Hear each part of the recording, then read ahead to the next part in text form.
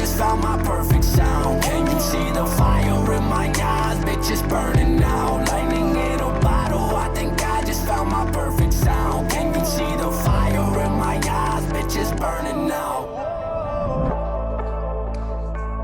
Yo, yo, yo, how you living? How you feeling? How you doing? First Choice Fantasy, we are back today, and we're doing our Week 2 start sits, the last episode of the week with the tight ends today. We're going to have one person each start, one person each sit. And before we dive into these, Alex, just one last time explaining these standings and scoring system for them. All right, our scoring system we were using, you have 5 ranges of outcomes when you make a pick. You can have a -2, a -1, 0, a 1, or a 2. 2s are generally reserved for you did really good or you did really bad. Like, I got a -2 when I suggested we should sit Dallas Goedert.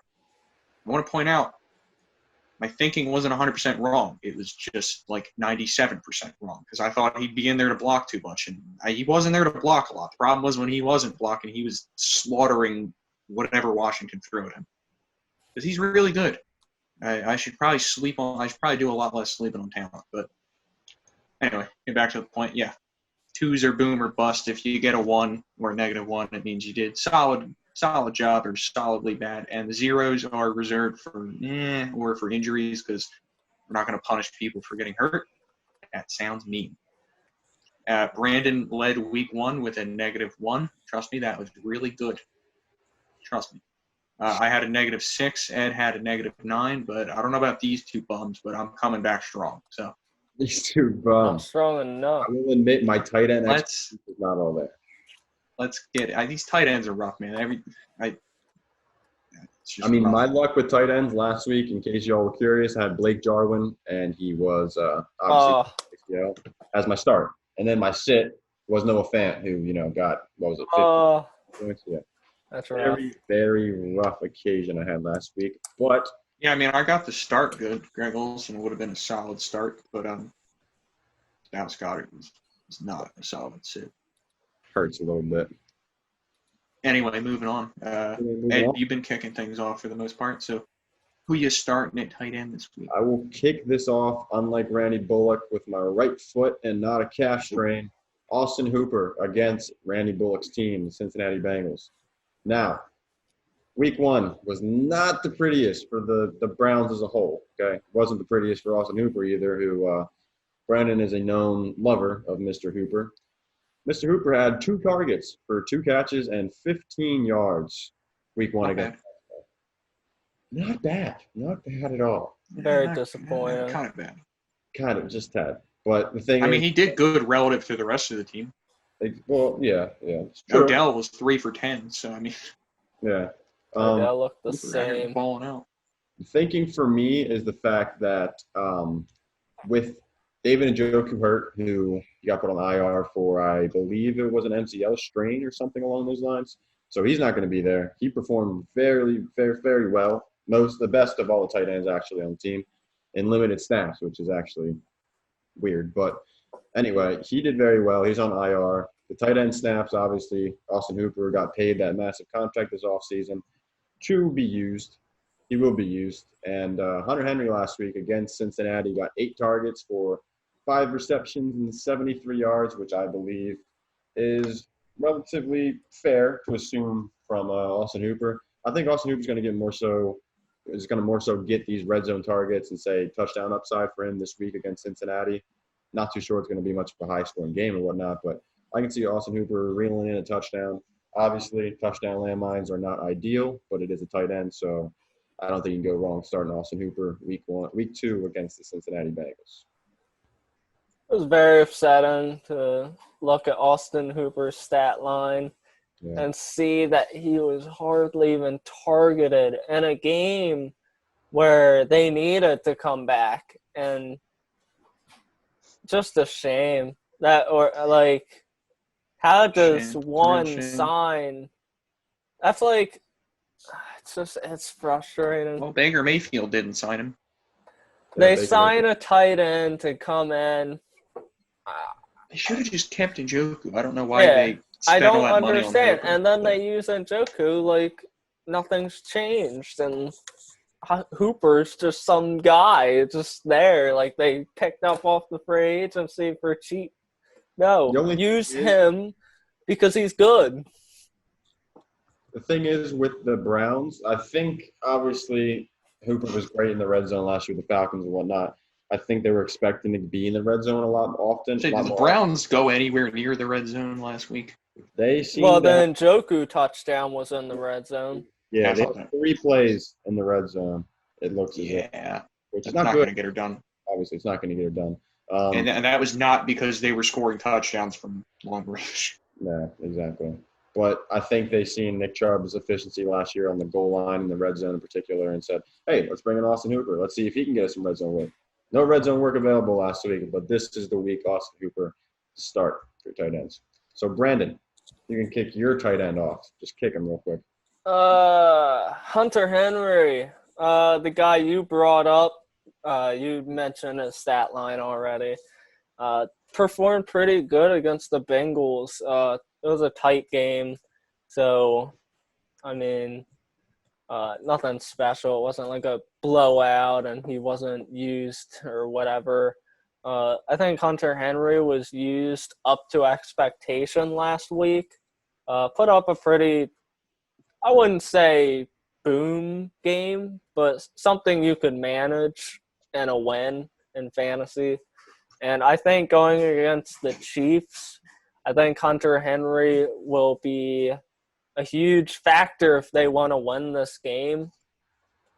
I think it'll come down to these weapons, and if the Chiefs get a big lead, which is possible because they're the Kansas City Chiefs, I think this will be very positive for Hunter Henry and the outcome. So that's that. I'm not a fan. I thought about him personally, but he did perform pretty well last week and seemed to be Tyrod's favorite target. But he did pretty good, and apparently Taylor or something missed him in the end zone or something, so he could have had a much better week. And Jordan Akins did pretty good. The Titans tight end, I mean, nothing special, but the Titans don't typically use their tight end. But I think Akins looked pretty good. Yeah, Texas. You were what did I say? Using AFC South team. Titans. Because he just can't get Jonnu Smith out of his head. Obsessed. Jonnu Smith. Anyway, my start, I already went with Stafford, so I'm going to go with one of his receiving targets, T.J. Hawkinson. My guy. He was a beast at Iowa. Tight ends take a year to get in rhythm. I don't think this is going to be like last year, where he disappears after a solid week 1 showing. I'm looking for him to build on that, get some touches, hopefully get in the end zone. T.J. Hawkins, good week. I don't really have a lot of analysis for that. The volume should be there. The volume should be there for the passing offense. He's got all the natural talent in the world. Now, by the time this podcast is released, I'm sure we're going to get more information. But Kenny Golladay, is he looking like was he a game-time decision on Sunday? I forget his situation. I don't really know whether he'll play, but I'm going with Hawkinson regardless. Okay. I just want to clarify because I feel like to some viewers that might be a change, like game. I mean, Danny Amendola got a lot of targets. So did that rookie Cephas. He had 10 targets. They threw the ball around with it, but there you go. Golladay comes back, takes that dude's targets, maybe takes a few of Amendola's. Hawkinson keeps his. Boom. In business. Now, who's not in business? Who's not in business? I'm going to kick it off. Greg Olsen against the New England Patriots. The New England Patriots. All right. So, obviously, as noted before, Greg Olsen had a decent week 1 if you would have started him. I think he had double-digit in points, something like that. But last week against New England, Mike Gesicki, who was used as a slot receiver, uses tight end, uses all over the field, only managed 5 targets, 3 catches, 30 yards. Not a big believer in Greg Olsen at his age. I'm not a big believer in anybody really succeeding against this New England defense, not saying it's amazing compared to last year. But I don't think Greg Olson's going to be a good start this week. I mean, he's not one of those names where you're honestly just inserting him into your starting lineup every week. So obviously, it's not going to be like, oh, let me start Greg Olson just because it's Greg Olson. You don't do that. You base it on I matchup. think he had like 4 catches. He just happened to score. Exactly. Yeah. You're kind of just hoping he gets in the end zone. And Will Disley's back and he's healthy, and I feel like eventually he's going to cipher those snaps away. He should. Yeah, I don't really have much else to say about Greg Olson. It's reasonable. That's Brandon.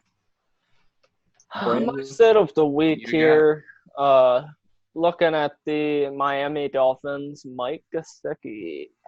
A lot of hype surrounding Mike Gesicki throughout the offseason. And one moment. A lot of hype going around in the offseason, saying he's going to be used heavily in the Dolphins offense, which he was targeted 5 times for 3 receptions. However, against this Buffalo's defense, I don't love it because another tight end that was somewhat had some hype around was Chris Herndon. You mentioned that name as evidence. I need to because the Jets, the wonderful franchise, said that Chris Herndon was being centered around their game plan. They're going to use him pretty much. That's pretty much what I got out of it. And week 1, he had 7 targets and 6 receptions, but only 3.7 points. He had a fumble. He lost. What are those catches were going backwards? Like, was he confused about what direction they're on? He had a fumble. Only 37 yards. Now, this just could be talent. Chris Herndon might not be talented. Bills defense, But I think that Mike Gesicki, kind of the same hype surrounding both these tight ends, because that's what a lot of tight ends are. They get hyped up, and some just don't do much. And I think these 2 tight ends kind of are similar. And I think Mike Gesicki isn't going to perform great against this defense. That's fair. I'm going to go. This is a tough one for me because these tight ends are just so all over the damn place. So I'm just going to say to stick Gronk because I know there's still people out there starting him. I just don't know if you should. It seemed like O.J. Howard was the more involved tight end. I mean, he caught Brady's first touchdown pass as a Buck. Who would have thought that? Like, I know I spent a lot of time saying that, like, Gronk could still be Gronk, but, like, he wasn't, and I don't see that changing overnight. So I'm not feeling it. I don't know if he's just not in football shape or he's just not with the playbook or he's just old and washed up, but now 2 catches for 19 yards, I believe. That's 11 yards. 11 yards. That's not really what I'm looking for, personally. I would go elsewhere. Despite Carolina's lack of a defense, I'm going to look elsewhere. That's fair. I don't know. Start O.J. Howard if you got the choice between the 2, or start T.J. Hawkinson.